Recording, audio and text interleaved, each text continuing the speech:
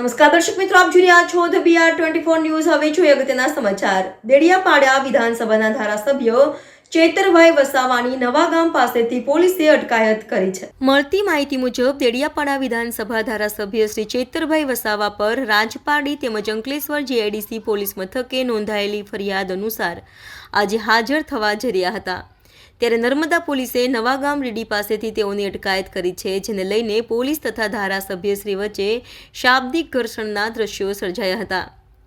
ધારાસભ્યશ્રીનું કહેવું છે કે સરકારશ્રીના ઇશારે અમારા પર ખોટી ફરિયાદો થઈ રહી છે, જેમાં અરજદાર પોલીસ ઇન્સ્પેક્ટર તથા પોલીસ સબ ઇન્સ્પેક્ટર બની રહ્યા છે, એવી તે પોલીસની શું મજબૂરી છે તેમ કહી આક્રોશ ઠાલવ્યો હતો। ખુદ ત્યાંના PI અને PSI પોતે અરજદાર બને છે, તો એવી તો શું પોલીસની મજબૂરી થઈ ગઈ કે પોતે અરજદાર બને છે ભાઈ ધારાસભ્ય પર।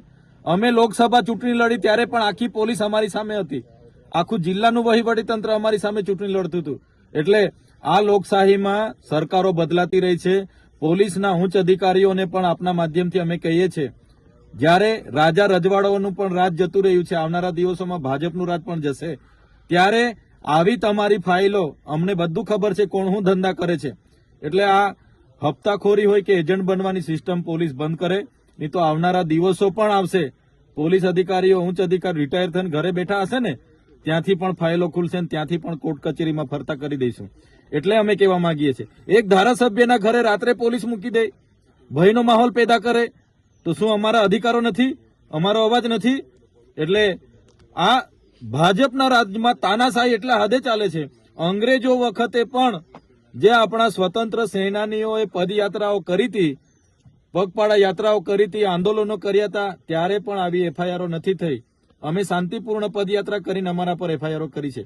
એટલે જનતા જોગ પણ કહેવા માંગીએ છીએ કે જાગવું પડશે।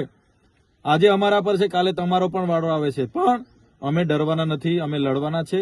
આ જનતાનો અવાજ જવાના છે, અમે હાજર થવા જઈએ છીએ ને। પોલીસે ખોટી FIR કરી છે, અમે સાચા છે એટલે અમે હાજર થવા જઈએ છીએ। પોલીસ હાજર કરી દે, જેલમાં રાખવાના હોય તો જેલમાં રાખે, અમે તો આ જેલના કપડાં પહેરીને નીકળેલા છે, પૂરી દે, અમને કામ વાંધો છે।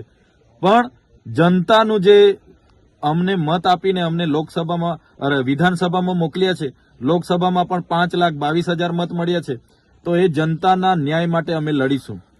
અમે અમારા છેલ્લા શ્વાસ સુધી લડી। જે રીતે ભાજપ પૈસા, પાવર, પોલીસ, ED, CBI, વહીવટી તંત્રનો ઉપયોગ કરીને જે રાજ ચલાવી રહ્યું છે, આજે ભ્રષ્ટાચાર સાઈડ પર રહી ગયું, મોંઘવારી સાઈડ પર, રોજગારી સાઈડ પર, પીવાનું પાણી, સિંચાઈનું પાણી સાઈડ પર, આજે લોકો પર જે પોલીસ વિભાગથી જે રાજ થઈ રહ્યું છે, એટલે સંવિધાન ખતરામાં છે, લોકશાહી ખતરામાં છે, અને લોકોએ જાતે ઘરમાંથી નીકળીને બહાર આવવું પડશે।